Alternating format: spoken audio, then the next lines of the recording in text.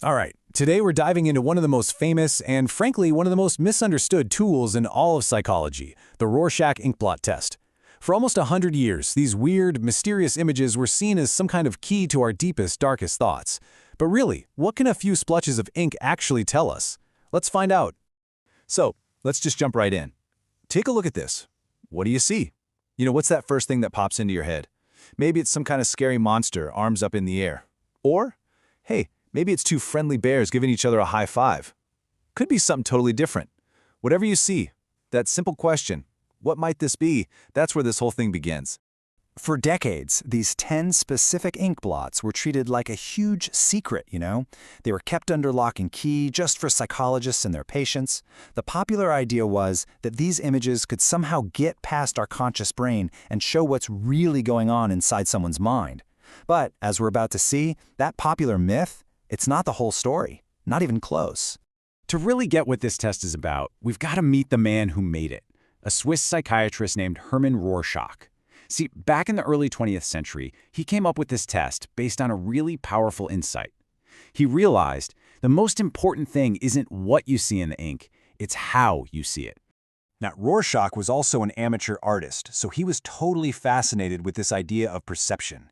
He got that our senses don't just work like a camera, passively taking a picture of what's out there. Nope, our minds are always working, interpreting, organizing, and even transforming what we see. And that idea, that became the foundation for his entire method. So when he started working at a mental hospital, he put this theory to the test.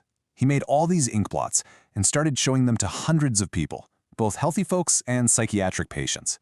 He'd show them a puzzling image, ask that same simple question, and then he would meticulously analyze and code their answers, basically turning their thoughts into hard data.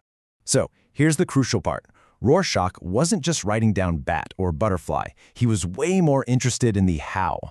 Like, did the person focus on the whole blot, or did they zoom in on some tiny, unusual detail?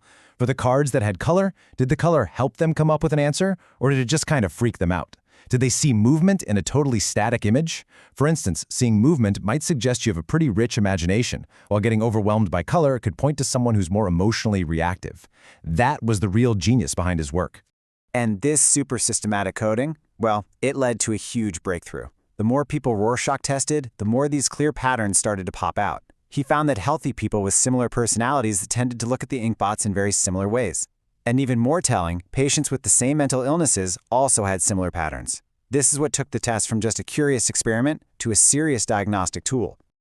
Rorschach published his whole system in 1921. It was groundbreaking. But almost right away, the story takes a tragic turn, and this is what led to the test's big fall from scientific grace.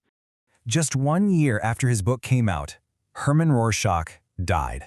Suddenly, he was just gone.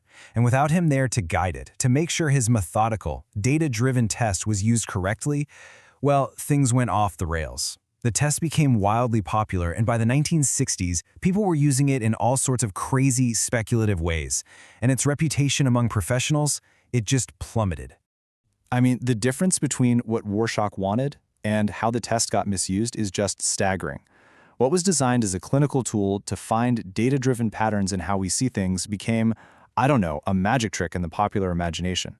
People thought it could unlock someone's evil side, or that it was a universal personality test, or even that it was a good way to make prejudiced hiring decisions. It was a total mess.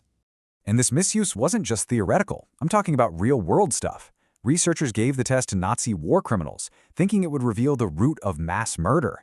Anthropologists took it to remote communities around the world, treating it like it was some kind of one-size-fits-all personality test. It was ripped completely out of the clinical context it was built for, and its reputation was just destroyed in the process. So it's really no wonder that the test is still so controversial, right? I mean, a lot of people just assume it's been totally debunked. But the story doesn't actually end there. In recent years, it's had a kind of redemption, all thanks to some really rigorous research. The big turning point really came in 2013. That was the year a group of researchers did something that was, honestly, long overdue. They pulled together a massive review of every single piece of research ever done on the Rorschach test. And what they found was pretty powerful. After sifting through decades of data, they concluded that Yeah, despite its messy past, there was a huge distinction to be made.